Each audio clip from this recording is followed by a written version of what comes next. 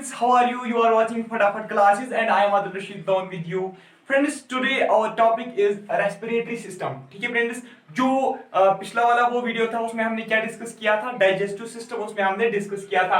आज हमें डिस्कस यहाँ पे करना है रेस्पिरेटरी सिस्टम। सेम उसी तरीके से हम यहाँ भी आज ये रेस्पिरेटरी सिस्टम डिस्कस करेंगे। हम देखेंगे इसमें कौन कौन सा ऑर्गन इन्वॉल्व होता है। ठीक है फ्रेंड्स, लेकिन फ्रेंड्स ये जो रेस्पिरेटरी सिस्टम होता है ये हमारी बॉडी में क्यों होता है, इसका फंक्शन क्या होता है, आप सभी ये जानते होंगे। जो रेस्पिरेटरी सिस्टम होता है इसका फंक्शन क्या होता है, to regulate, to bring about the respiration, to bring about respiration in our body. ठीक है friends, to bring about respiration in our body. So friends, आपको पहले रेस्पिरेशन पता होना चाहिए। ये जो रेस्पिरेशन है ये रेस्पिरेशन क्या होता है। ठीक है फ्रेंड्स, क्योंकि जो एग्जामिनर होगा, जो ये क्वेश्चन पेपर जो सेंड करेगा, उसके दिमाग में कुछ भी आ सकता है। उसने जब सिलेबस में रेस्पिरेटरी सिस्टम देखा वो कुछ भी डाल सकता है, रेस्पिरेशन के बारे में वो कुछ भी डाल सकता है। ठीक है फ्रेंड्स, तो फिर हमें पहले यहाँ पे क्या डिस्कस करेंगे, रेस्पिरेशन। ये रेस्पिरेशन क्या होता है, इसके टाइप्स। ठीक है फ्रेंड्स, आज ही हम सारा ये कंप्लीट करेंगे रेस्पिरेटरी सिस्टम।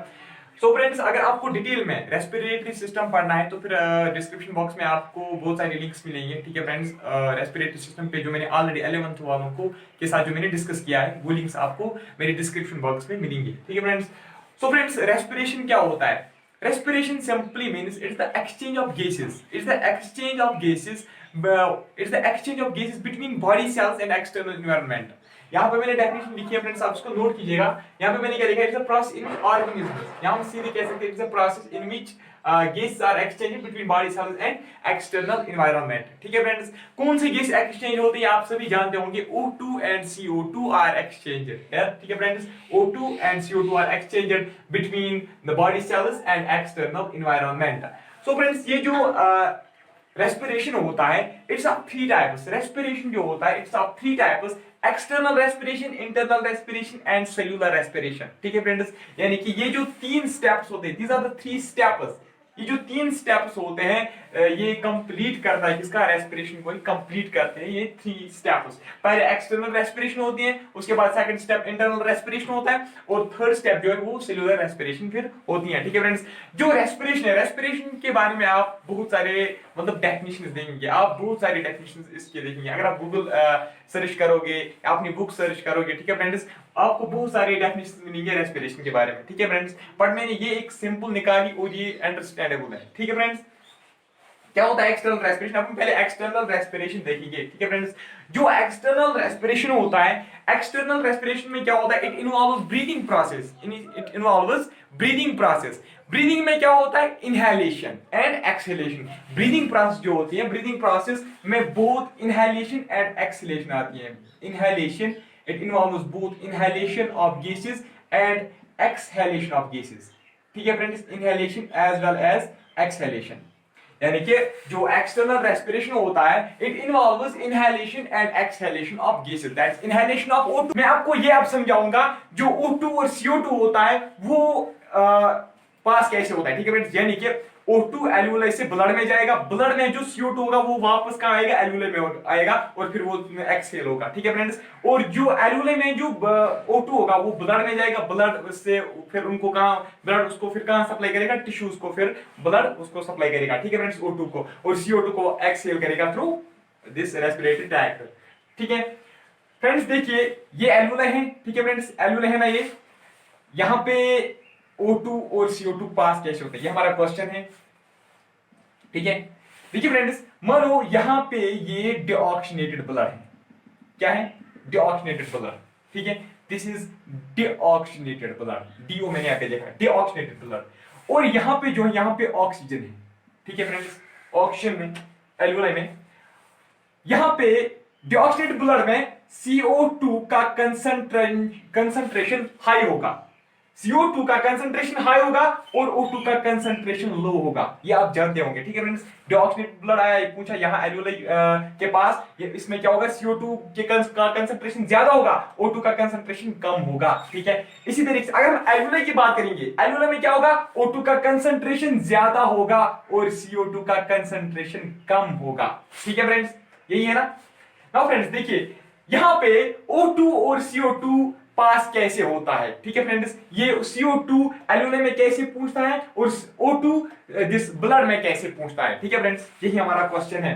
देखिए friends, this occurs due to a process which is known as diffusion of gases. उसको हम बोलते हैं diffusion of gases. Diffusion of gases क्या होता है? Is the exchange of gases, diffusion of gas क्या होता है? Is the movement of gases, is the movement of gases from higher concentration to the lower concentration, from higher concentration to the lower concentration. यहां पे फिर क्या होगा? यहां पे अगर O2 का कंसंट्रेशन एल्वुलाई में ज्यादा है तो फिर यहां पे आप O2 एल्वुलाई से कहां पूछेगा? ब्लड में जाएगा। यहां पे अगर CO2 का कंसंट्रेशन ब्लड में ज्यादा होगा तो फिर वो ब्लड से CO2 कहां जाएगा? एल्वुलाई में जाएगा। ठीक है फ्रेंड्स, इस तरीके से यहां पे एक्सचेंज ऑफ गैसेस होता है। ठीक है फ्रेंड्स, अगर यहां पे CO2 ज्यादा है, वो CO2 यहां पे ज्यादा है तो फिर वो कहां जाएगा? जहां पे कम होगा। कम कहां पे? एल्वुलाई में है। इसी तरीके से यहाँ पे O2 के लेवल ज्यादा है, यहाँ पे कम है तो फिर वो एल्वुलाई से कहां आएगा? ब्लड में आएगा। ठीक है फ्रेंड्स, इस तरीके से यहाँ पे ब्लड भी क्या होता है? ऑक्सीनेट होता है। ठीक है friends, now friends internal respiration. इसके बाद क्या है? Internal respiration. अगर आपको डिटेल में इसको डिस्कस करना है, ठीक है फ्रेंड्स, तो फिर मैंने ऑलरेडी 11th वालों के साथ किया है, उन वीडियोस की लिंक डिस्क्रिप्शन बॉक्स में है। ठीक है, उसके बाद इंटरनल रेस्पिरेशन। यहाँ पे आपने देखा एक्सचेंज ऑफ गैस होता है between alveoli and blood vessels. Same इसी तरीके से जो इंटरनल रेस्पिरेशन होता है, यहाँ पे क्या होता है? Exchange of gases between blood and body cells. This blood, इसमें आप क्या है? O2 के लेवल ज्यादा है, इसमें आप O2 के लेवल्स क्या होते हैं? ज्यादा होते हैं O2 के लेवल्स। इसी तरीके से जो बॉडी सेल्स होंगे, बॉडी सेल्स में O2 के लेवल ज्यादा नहीं होंगे, वहां पे क्या होगा? CO2 के लेवल ज्यादा होंगे। इस तरीके से यहाँ पे with the process of this diffusion, इसी तरीके से यहाँ पे भी एक्सचेंज ऑफ गैसेस होता है। ठीक है फ्रेंड्स, जो ब्लड में जो O2 होता है, ब्लड में जो O2 होता है, इसलिए वो O2 कहां से लाया होता है? एल्वुलाई से लाया होता है। ठीक है फ्रेंड्स, ये फिर इसको कहां ट्रांसपोर्ट करता है? इन बॉडी सेल्स तक वो इसको फिर ट्रांसपोर्ट करता है। ठीक है फ्रेंड्स, इस तरीके से यहाँ पे by the diffusion of gases यहाँ पे क्या होता है? Exchange of gas between blood and body cells. उसके बाद फ्रेंड्स सेलुलर रेस्पिरेशन। ये सेलुलर रेस्पिरेशन क्या होता है? सेलुलर रेस्पिरेशन में क्या होता है? It involves conversion of food, it involves conversion of food to release energy, it involves conversion of food to release energy। ठीक है फ्रेंड्स, जैसे कि आप सभी जानते हैं जब फूड डाइजेस्ट होता है, ठीक है फ्रेंड्स, जब फूड डाइजेस्ट होता है, जब ये ग्लूकोज फॉर्म में होता है, यानी कि C6H12O6। ठीक है फ्रेंड्स, एनर्जी, इससे जो ग्लूकोज से एनर्जी हासिल करने के लिए इसका ऑक्सीडाइज होना जरूरी है। ग्लूकोज से एनर्जी हासिल करने के लिए इसका ऑक्सीडाइज होना जरूरी है, यानी कि इसको ऑक्सीजन की जरूरत है, यानी कि ग्लूकोज को ऑक्सीजन की जरूरत होती है, सो दैट फिर क्या होगा? ग्लूकोज से फिर क्या एनर्जी हमें मिलेगी। ठीक है फ्रेंड्स, इसी तरीके से ग्लूकोज, जिसका फार्मूला C6H12O6 है। ठीक है फ्रेंड्स, इस पे जब O2 एक्ट करता है, ठीक है friends, when it is oxidized with O2, ठीक है friends, when it is supplied with O2, ठीक है फ्रेंड्स, ये क्या देता है? ये देता है carbon dioxide plus water plus ATP। ATP का फुल फॉर्म है एडिनोसिन ट्राइफॉस्फेट। ATP का फुल फॉर्म है एडिनोसिन ट्राइफॉस्फेट। ये ATP क्या होता है? ATP it's a high energy molecule, it's a high energy molecule. ये क्या होता है? ये एनर्जी मॉलिक्यूल होता है। ठीक है फ्रेंड्स, यही एनर्जी हम इस्तेमाल करते हैं क्या? कोई भी वर्क करने में। ठीक है, क्या होता है cellular respiration? It involves conversion of food. Food क्या है यहाँ पे? Glucose, simple form. ठीक है friends, glucose to ATP, it involves conversion of food to release energy, यानी कि ग्लूकोज जब ऑक्सीडाइज होता है O2 के साथ, ये क्या देता है? CO2 plus water plus ATP विच एन एनर्जी मॉलिक्यूल। ठीक है फ्रेंड्स, इस तरीके से हमने यहाँ पे क्या देखा? ये रेस्पिरेशन हमने कंप्लीट किया। ठीक है फ्रेंड्स, और एक पॉइंट फ्रेंड्स, जो रेस्पिरेशन होता है, respiration is of two types. क्या होता है? रेस्पिरेशन जो होता है, respiration is of two types. एक एरोबिक होता है और दूसरा एनारोबिक होता है। ये जो मैंने टाइप्स बोले, this is on the base of requirement of this oxygen, यानी कि वो रेस्पिरेशन जिसमें ऑक्सीजन की जरूरत होती है उसको हम बोलते हैं एरोबिक रेस्पिरेशन, और वो रेस्पिरेशन जो इन एब्सेंस ऑफ ऑक्सीजन हो सकती है उसको हम क्या बोलते हैं? Anaerobic respiration. एरोबिक रेस्पिरेशन वो रेस्पिरेशन होती है जिसमें ऑक्सीजन की जरूरत होती है, और एनारोबिक रेस्पिरेशन वो रेस्पिरेशन होती है जिसमें ऑक्सीजन की जरूरत नहीं होती है। ठीक है फ्रेंड्स, और इंपॉर्टेंट पॉइंट 2-3 मैं आपको बताऊंगा फ्रेंड्स। सो फ्रेंड्स, ये कुछ इंपॉर्टेंट पॉइंट्स, इनको आप नोट कीजिए फ्रेंड्स।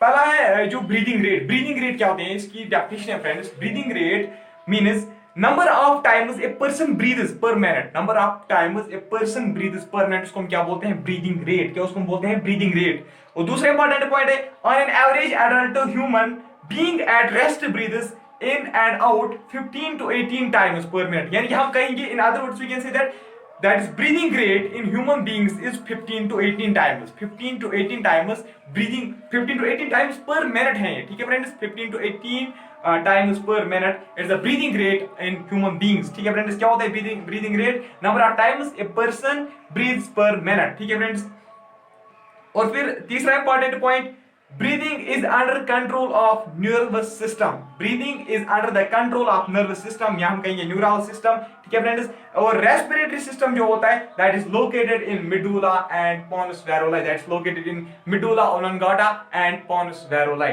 ठीक है फ्रेंड्स ये है कुछ इंपॉर्टेंट पॉइंट्स अब फ्रेंड्स हम यहाँ पे डिस्कस करेंगे रेस्पिरेटरी सिस्टम क्या करेंगे डिस्कस रेस्पिरेटरी सिस्टम जो होता है फ्रेंड्स जिस तरीके से हमने देखा डाइजेस्टिव सिस्टम जो होता है डाइजेस्टिव सिस्टम में क्या होता है इट इन्वॉल्व्स वेरियस ऑर्गन्स इसी तरीके से जो रेस्पिरेटरी सिस्टम होता है रेस्पिरेटरी सिस्टम में बहुत सारे ऑर्गन्स इन्वॉल्व होते हैं बॉडी ऑर्गन्स हमारे इन्वॉल्व होते हैं ठीक है फ्रेंड्स पहले अगर मैं आपको यहाँ पे सीरियल ये दिखाऊंगा ठीक है फ्रेंड्स पहले इसमें आता है नोज ठीक है friends nose and nasal cavity हम बोलते हैं नोज एंड नेजल कैविटी ठीक है friends nose and nasal cavity उसके बाद क्या आता है नोज एंड नेजल कैविटी के बाद क्या आता है फेरिंक्स आता है फेरिंक्स उसके बाद आता है लैरिंक्स ट्राकिया ठीक है फ्रेंड्स उसके बाद क्या आता है bronchi friends you can see this diagram आपको स्क्रीन पे दिखाई दे रहा है फ्रेंड्स लैरिंक्स ट्राकिया ब्रोंकाई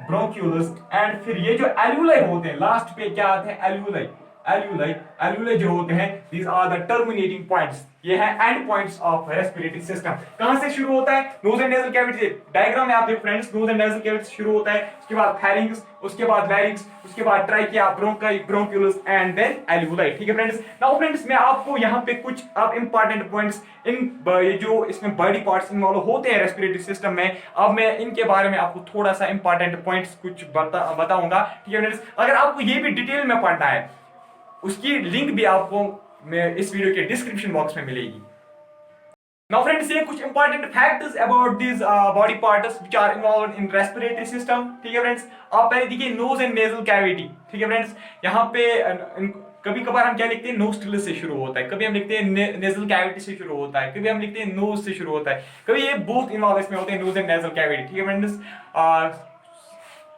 उसके बाद क्या होता है nose and nasal cavity के बाद जब एयर हम इनहेल करते हैं पहले वो कहां जाता है नोज एंड नेजल कैविटी में नोज एंड नेजल कैविटी के बाद वो फेरिंक्स में पूछता है फेरिंक्स के बाद लैरिंक्स में पूछता है लैरिंक्स के बाद ट्राकिया ट्राकिया के बाद ब्रोंकाई ब्रोंकी के बाद ब्रोंक्यूलस के बाद देन एल्वुलाई में वो लास्ट पे पहुंचता है ठीक है फ्रेंड्स फिर एल्वुलाई और ब्लड वेसल्स जो होते हैं फिर exchange of gases between this alveoli and blood vessels कहां पे होता है एल्वुलाई में ही होता है ठीक है फ्रेंड्स एल्वुलाई फिर ये जो ब्लड होता है फिर एल्वुलाई इसको ट्रांसपोर्ट कहां करता है फिर इसको ये बाईपास कहां करता है ब्लड में करता है ठीक है फ्रेंड्स ब्लड वेसल्स में पहले देखिए आप important point about pharynx it's 12 to 14 centimetre long ये भी आपको पूछ सकते हैं एग्जाम में ठीक है फ्रेंड्स फेरिंक्स जो होता है इट्स 12 to 14 सेंटीमीटर लॉन्ग और जो फेरिंक्स होता है इट्स ऑफ 3 इसके 3 डिवीजन्स होते हैं इसके 3 डिवीजन्स होते हैं ओरोफेरिंक्स नेसोफेरिंक्स एंड लैरिंगोफेरिंक्स ओरोफेरिंक्स नेसोफेरिंक्स एंड लैरिंगोफेरिंक्स ठीक है फ्रेंड्स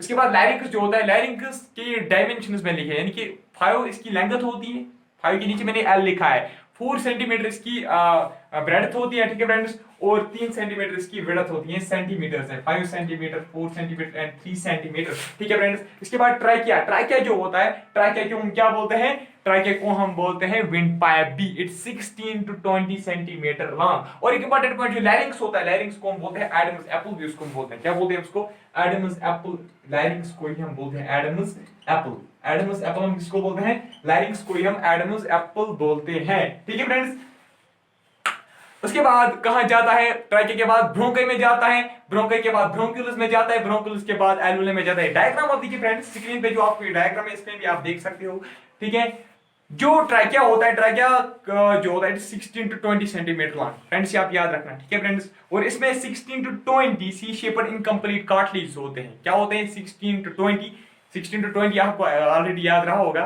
इसका ये लेंथ इसमें क्या होता है 16 to 20 C shaped incomplete cartilage होते हैं यानी कि it's made up of incomplete cartilage it's made of material which not completely cartilage, ठीक है फ्रेंड्स, उसको हम बोलते हैं इनकम्प्लीट कार्टिलेज, वो सी शेप्ड होते हैं, ठीक है फ्रेंड्स। नाउ फ्रेंड्स, मैंने आपको यहाँ पे लंग्स मैंने यहाँ पे नहीं दिखाए, लंग्स मैंने मत दिखाए, लेकिन फ्रेंड्स जो लंग्स होते हैं they are known as principal organs of this respiration, ठीक है friends, of this respiratory tract. Lungs जो होते हैं they are the principal organs of respiratory tract.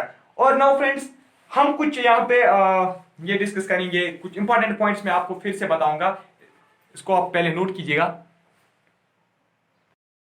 Now friends, ये पहले आप देखिए, these are known as lung volumes and lung capacities, lung volumes and lung capacities।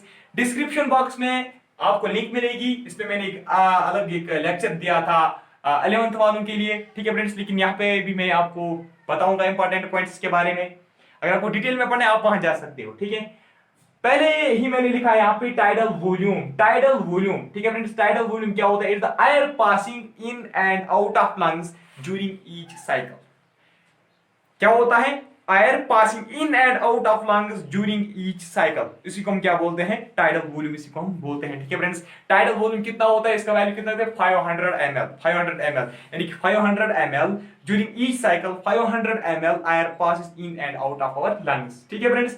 इसके बाद दूसरा इंस्पायरेटरी रिजर्व वॉल्यूम, IRV, इसको हम शॉर्ट में बोलते हैं, ठीक है फ्रेंड्स। ये क्या होता है? Is the extra volume of air which is inhaled by forced inspiration, extra volume which is inhaled by forced inspiration। इसका वैल्यू कितना होता है? 2.5 लीटर्स। ये फोर्स्ड इंस्पायरेशन क्या होता है फ्रेंड्स? फोर्स्ड इंस्पायरेशन मानो ऐसे, कभी हम करते हैं ना, कभी हम मतलब लेते ना फोर्स से, जब हम कोई सांस लेते हैं, ठीक है, इसको हम क्या बोलते हैं? Forced inspiration. इसका वैल्यू कितना होता है? 2.5 लीटर। इसके बाद एक्सपायरेटरी रिजर्व वॉल्यूम, ERV जो होता है, it's expelled by forceful, it's the air which is expelled by forceful expiration। यहां हम कहेंगे amount of air which is expelled by forceful expiration, ठीक है friends, but after normal inspiration, यानी कि क्या, कभी हम मतलब मैंने सांस लिया, ठीक है फ्रेंड्स, नॉर्मली मैंने सांस लिया, फिर मैं फोर्सफुली मैं एक्सपायर करूंगा। नॉर्मल सांस लिया, ठीक है फ्रेंड्स, नॉर्मली इनहेल किया, उसके बाद मतलब फोर्सफुली मैं क्या करूंगा? एक्सहेल, ठीक है फ्रेंड्स, उसको हम क्या बोलते हैं? एक्सपायरेटरी रिजर्व वॉल्यूम, यानी कि ऑन फोर्स्ड एक्सपायरेशन उस वक्त कितना अमाउंट ऑफ एयर बाहर आएगा, उसको हम क्या बोलते हैं? Expiratory reserve volume. इसका वैल्यू 1100 ml होता है, या हम कहेंगे 1 लीटर एंड 100 ml, ठीक है फ्रेंड्स। अब रेसिडुअल वॉल्यूम, RV इसको हम बोलते हैं, ये क्या होता है? Residual volume. Now friends, residual volume क्या होता है? Residual volume is the air which remains in lungs. It is the air which remains in lungs on forced expiration, but after normal inspiration, यानी कि नॉर्मल इंस्पायरेशन आपने की, ठीक है friends, उसके बाद आपने फोर्सफुल एक्सपायरेशन किया, उसके बाद यानी कि पहले आपने नॉर्मल इंस्पायरेशन किया, उसके बाद आपने फोर्सफुल एक्सपायरेशन की, फिर वहां पे लंग्स में कितना बचेगा उसको हम क्या बोलते हैं? Residual volume. इसका जो वैल्यू होता है वो 1.2 लीटर होता है। ह्यूमन बींग्स में, एडल्ट ह्यूमन बींग्स में कितना होता है? 1.2 लीटर। ये जो मैं आपको वैल्यूज बता रहा हूं ये नॉर्मल एडल्ट ह्यूमन बींग्स में होते हैं, ठीक है फ्रेंड्स। उसके बाद वाइटल कैपेसिटी क्या होता है? It's the air, amount of air expelled by forced expiration, but after a forced inspiration, यानी कि यहाँ पे क्या है? फोर्सफुल इंस्पायरेशन भी है और फोर्सफुल एक्सपायरेशन भी है, यानी कि पहले अगर आप फोर्सफुल इंस्पायर करोगे, उसके बाद फोर्सफुल एक्सपायरेशन करोगे, वहां पे कितना मतलब वैल्यू आएगा, उसको हम क्या बोलते हैं? वाइटल कैपेसिटी, ठीक है फ्रेंड्स। वाइटल कैपेसिटी का जो वैल्यू होता है दैट इज 5 लीटर्स, ठीक है। उसके बाद टोटल लंग कैपेसिटी क्या होता है? Is the amount of air that lungs can hold, total is the total amount of air that lungs can hold, उसको हम क्या बोलते हैं? Total lung capacity. इसका value near about 6 to 6.5 litres होता है, ठीक है फ्रेंड्स। ये थे कुछ इंपॉर्टेंट पॉइंट्स जो मैंने आपको रेस्पिरेटरी सिस्टम के बात बोली। नाउ फ्रेंड्स, अगर आप डिटेल में ये पढ़ना चाहते हो तो फिर इसको मैं इस पे मैंने अलग से मतलब 11th वालों के लिए जब मैं लेक्चर दे रहा था, आज भी मतलब दे रहा हूँ, बट फिर मैंने स्टॉप किया आपकी वजह से, उनका और उनका शायद 70% अब हो चुका है। अब इंशाल्लाह मैं विद इन फ्यू डेज में फिर से वो स्टार्ट करूँगा। वहाँ पे मैंने डिटेल में ये पढ़ा है, रेस्पिरेटरी सिस्टम हर एक टॉपिक डिटेल में पढ़ाया है। हर एक जो भी हमने आज पढ़ा उस पर मैंने वहाँ पे डिटेल में वहाँ पे पढ़ाया है उनको। आप वहाँ पे जा सकते हो, डिस्क्रिप्शन बॉक्स में आपको लिंक्स मिलेंगे सारे वीडियोस। ठीक है फ्रेंड्स। सो फ्रेंड्स आज की इस वीडियो में हमने इतना ही डिस्कस किया। ठीक है फ्रेंड्स, आज हमने रेस्पिरेटरी सिस्टम कंप्लीट किया। देखते हैं हम कल अब कौन सा ये टॉपिक उठाएंगे। बट फ्रेंड्स तब तक के लिए गुड बाय।